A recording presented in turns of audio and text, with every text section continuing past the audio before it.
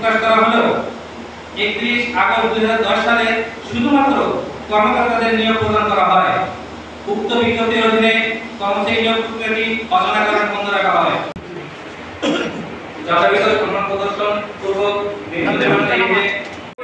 উপযুক্ত দলিল রিকুইজিশন যার নম্বর 1288/2018 দায়ের করে আপিল বিভাগ যথাক্রমে 30 এপ্রিল 2023 এবং 25 আমাদের 1868